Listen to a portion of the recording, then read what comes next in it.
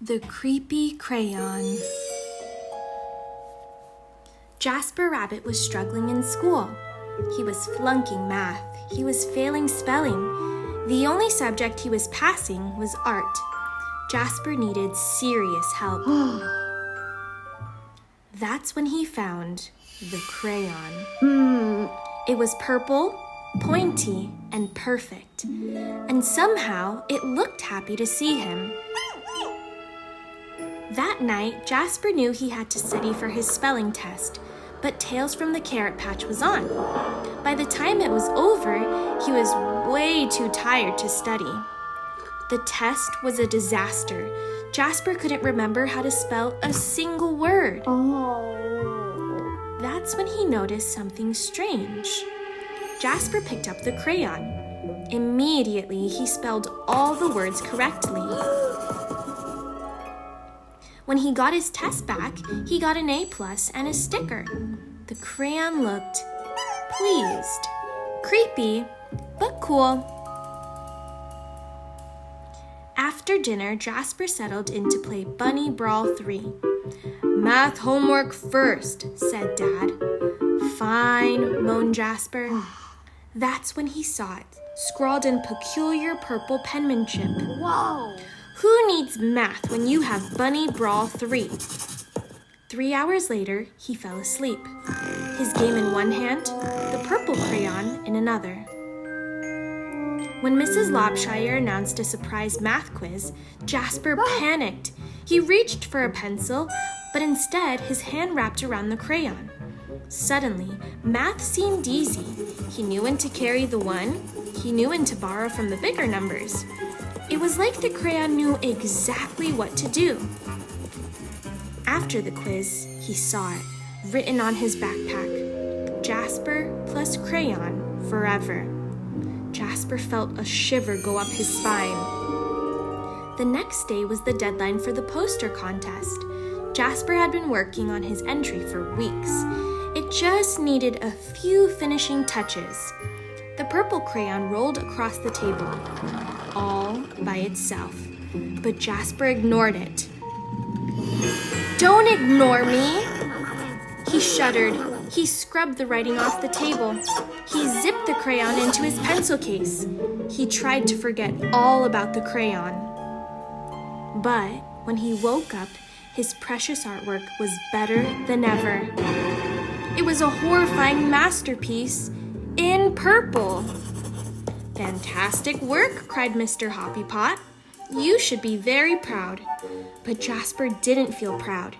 He felt eked out, freaked out, creeped out. When he got home, Jasper descended into the deepest, darkest corner of his basement. He put the crayon in a dusty box and locked it tight. That should take care of it, right? He went to bed feeling much better. Oh, phew. But when he woke up the next day, there, on the mirror, "You need me." In his pencil case, the creepy crayon, and it looked happy to see him.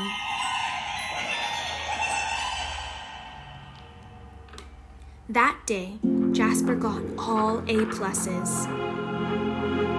It was terrible. Enough was enough. Jasper snapped the creepy crayon in two. He melted it in the microwave, and he threw the mess into the garbage. We can't be friends anymore. He drifted to sleep that night, feeling relieved. But when he woke up, there, on his wall, it was a mural of him graduating elementary school with straight A's. And worst of all, it was really well drawn. And next to it, the creepy crayon. Purple, pointy, and perfect. All day, no matter what Jasper did, the creepy crayon was there, looking oh so pleased. In his hand, as he aced his vocabulary quiz. In his pocket, as Mrs. Lobshire named Jasper Most Improved Student. In the crowd, as the school celebrated Jasper in a special assembly. Things were spinning out of control. Jasper couldn't take it anymore. When he got home, he ran straight to the toilet and he threw the crayon in. It just floated there, spinning slowly. It did not look happy to see him. And then Jasper saw it. Scribbled inside the bowl, "Don't you dare." But Jasper dared. No more creepy crayons. That evening, Tales from the Carrot Patch was on, but Jasper studied for his spelling test. His eyes kept darting to his pencil case. No creepy crayon. He flung the toilet lid up. No creepy crayon. He got into bed nervously watching his walls. No creepy crayon. During the test, Jasper spelled ocean wrong, but he spelled courage right. He got a C+. It was glorious. It wasn't an A, but it was his. Yes! He headed home from school that day, finally feeling free. Do-do-do-do-do-do-do. Far, far away was an old sewer pipe. Out and away floated the purple crayon. Slowly, silently, it drifted for days and weeks. One thing was clear. The creepy crayon would never cause trouble ever again.